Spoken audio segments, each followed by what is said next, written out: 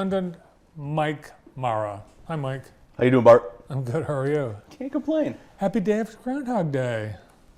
Yeah, thanks. I don't pay attention. Did Puxatawny Phil see his shadow?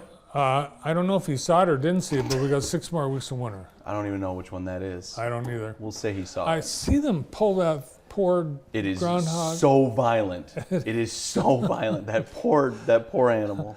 And me to him. I think they need to just cut it out. But that movie, it's so popular around Groundhog Day. Mm-hmm. I know a lot It's of classic. people. Yeah.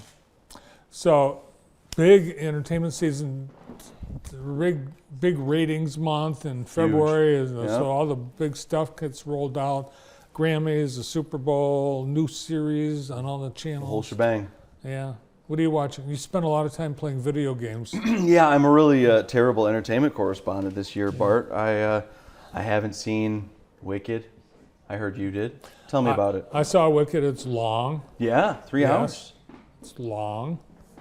But was it good, Bart? Well, it's long. So that cancels out. No, it was good, I thought, but and spoiler alert, at the end it says to be continued. Yeah, part 1. Yeah. They didn't tell anyone it was part 1. No.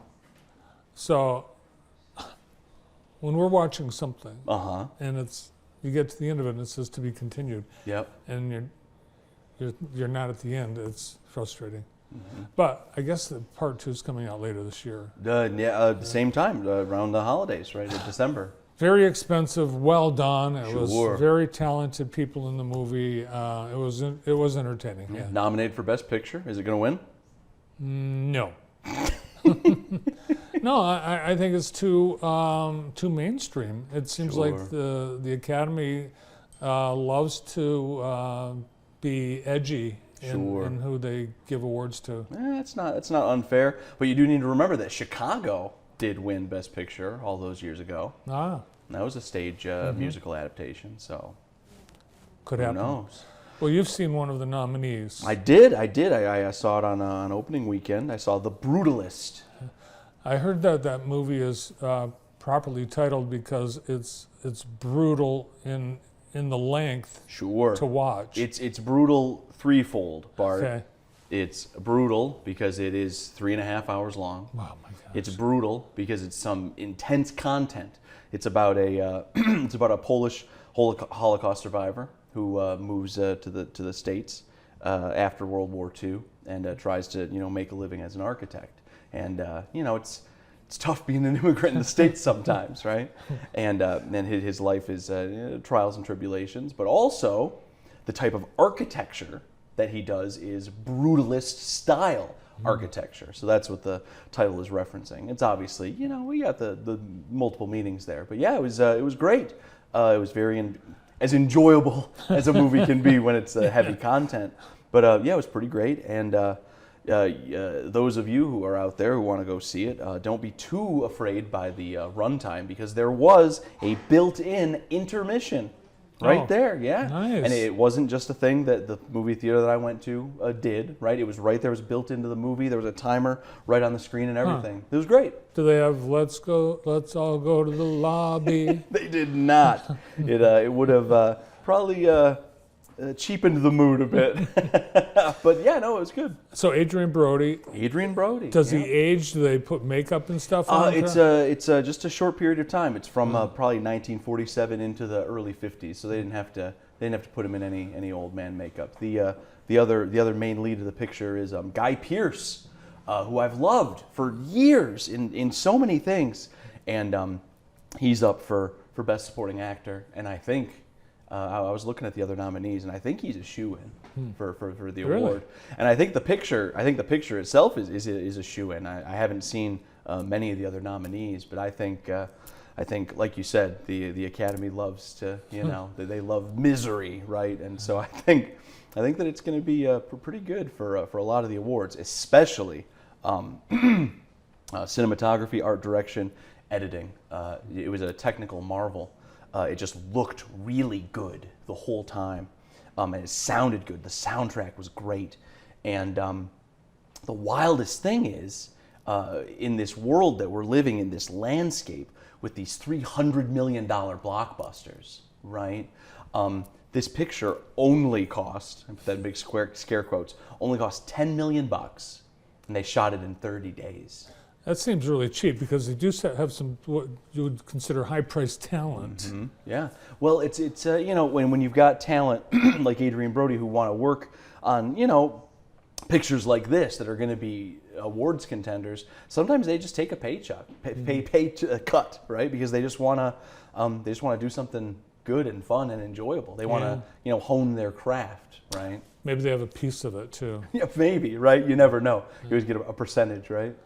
Now, TV Saturday night celebrates its 50th anniversary. Yeah. Have you seen any of the feature movie Saturday night or any of the documentaries about the series? I've not. Every time I watch a basketball game on Peacock, they remind me to watch all of the specials, and I haven't watched any of them. Yeah. I like Saturday Night Live, but it's never been too high up on my list of must-watch viewing. And I've heard that making of movie is actually pretty good. Isn't it just called Saturday Night? Yes, I just saw that last week, and it is pretty good. Although it takes a lot of liberties with the truth. Movies that are based on a true story always do, or else they wouldn't be too exciting. Mm-hmm. Yeah, and there's a number of NBC created behind-the-scenes documentaries, which will show a whitewashed version of it. Right, exactly, right. So we've got film series to look ahead to fall for JC. Have you picked any of the movies yet?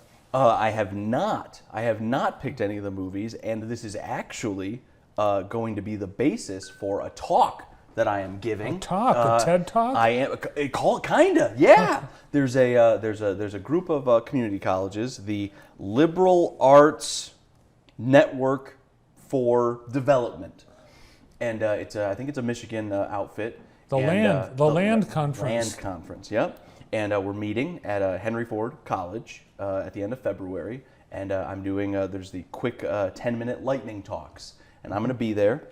And the topic of my talk is, how do you program a film class when the films have to change every single semester, right? And that's what I have here in Jackson with the fall film series, because I don't want to show, I can show the same, 12 movies in the classroom because you only take the class on campus once, right?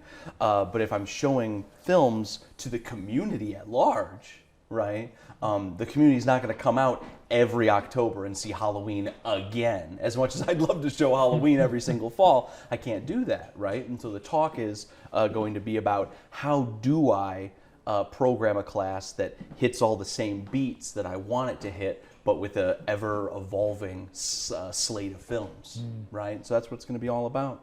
Nice. I'm going to be talking about you. I'm going to be talking about the show, right? Because we engage the community. I've got a slide on there with a picture of you and me. It's like, there's like 10 or 12 of you and me sitting right here. It's fun. No, awesome. Well, I'll be anxious to hear how it goes. Yeah, I'll tell you all about it in March. Do you think that your presentation could be eligible for a film award? I somehow doubt it. But, who knows? You never know. All right, what's the next big thing to look forward to? Oh, man, I don't know. Besides my amazing talk, right? What pictures am I looking forward to this year? There's a lot of stuff in the holidays, obviously. What do you want to watch that might be out there? For me, I want to see the Dylan movie. Yep, I do want to see that Bob Dylan picture. I'm gonna go see the new Captain America thing, even though I've pretty much checked out on the Marvel Cinematic Universe for the most part. But I don't even know, man. You caught me unawares. Maybe there'll be a new Godzilla. I mean, there's always an option, right? Always an option. Well, some movies are so good, like that, I know you probably would want to see it again and again. Of course. Right? Well, thanks for coming in, and may the force be with you. And also with you. Thank you. Mike Marra, entertainment correspondent, with us today, part of the English faculty team at Jackson College. Well, that's it. We've run out of time. Thanks to Mike and all our guests. Tomorrow on the morning show, Mike's boss, Dr. Dan Phelan, will be joining us from Jackson College.